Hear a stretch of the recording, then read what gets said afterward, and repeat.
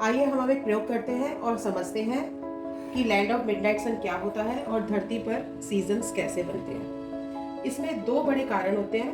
पहला कारण होता है, आप ये देख रहे हैं कि धरती जो है वो सीधी नहीं है, ये अपने अक्ष पर झुकी हुई है और ये 23.5 डिग्री का कोण अपने एक्सिस के साथ बनाती है। इस प्रयोग के लिए मैंने एक टॉर्च ली है और ये ग्लोब लिया है।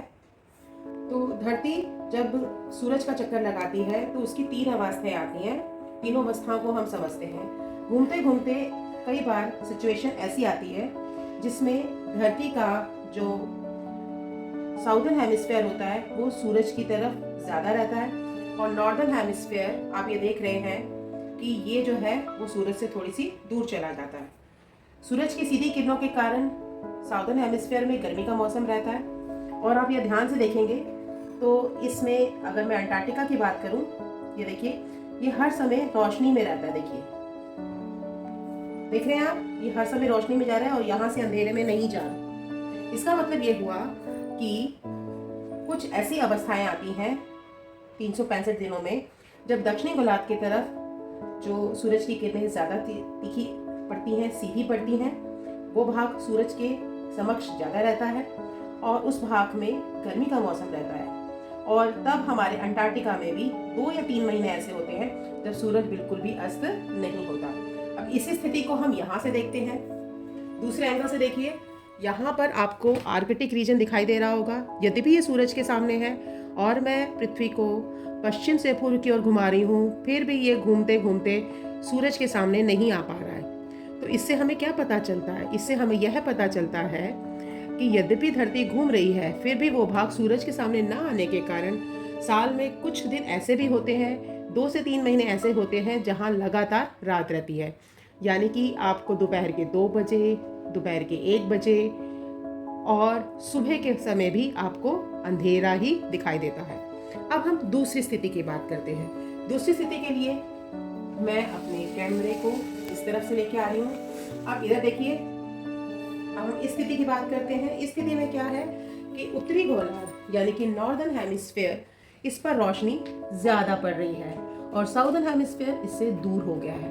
अब हम इससे क्या निकालते हैं निष्कर्ष? इससे यह निष्कर्ष निकलता है कि साल के कुछ महीने ऐसे होते हैं जब सूरज की सीधी किरणें नॉर्दर्न हेमिस्फीयर पर पड़ती हैं और यहाँ पर मौसम चेंज होता है और गर्मी का मौसम रहता है।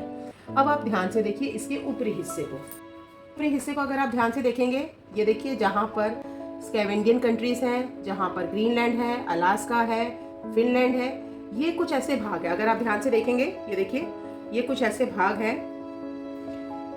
मैं धरती जो है वो घूम रही है, मैं ग्लोब को घुमा रही हूँ और आपको बता रही हूँ धरती हमारी लगातार घूम रही है। बट ये घूमने के बावजूद भी आप यहाँ से देखेंगे ये पूरा एरिया जो है वो सूरज के सामने से पीछे जाने के बावजूद भी रोशनी में रह रहा है। देखिए ध्यान से, यहाँ ध्यान से देखिए, मेरी टॉर्च यहाँ पर है, सूरज यहाँ पर है, बट आप ये देख रहे हैं ये पूरे एरिया में यहाँ पर रोशनी ही रोशनी है।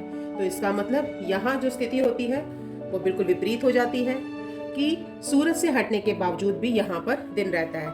इसी वजह से इन देशों को, स्कैवेंडियर कंट्रीज को, हम लैंड ऑफ मिडनाइट सन भी कहते हैं। यहाँ पे सूरज उगता है, आसमान में ऊपर जाता है और शाम के समय ये हॉरिजन पर रहता है, हॉरिजन से नीचे नहीं जाता, क्योंकि आप खुद ही देख रहे हैं कि ये अंधेरे में नहीं आ रहा है। तो इस प्रकार से बच्चों हमने सीखा इस वीडियो में कि कैसे हमारी धरती झुकी हुई है, कैसे ये जब सूरज का चक्कर लगाती है तो किस प्रकार से जो 2 या 3 महीने ऐसे होते हैं जब लगातार या तो अंधेरा रहता है या लगातार रोशनी रहती है। कई बार हमारी धरती घूमते घूमते इस पोजीशन पर भी आती है जिसमें वो बिल्कुल सीधी हमें प्रतीत होती है। इस समय ये आते हैं आपके 21 मार्च और 23 सितंबर को। ये वो दिन होते हैं बेटा जिसे हम इक्विनॉक्स कहते हैं। इसमें पूरी धरती पर, पूरे ग्लोब पर दिन और रात बराबर होते हैं, यानी कि 12 घंटे का दिन और 12 घंटे की रात। होप सो आपकी इस वीडियो में आपको अच्छी तरह से समझ में आ गया होगा कि लैंड ऑफ मिडनाइट सन क्या है, क्या होता है जब अंटार्कटिका में अंधेरा होता है तो आर्कटिक में उजाला, और जब आर्कटिक में उजाला होता है तो अंटार्कटिका अंधेरे में डूब जाती है।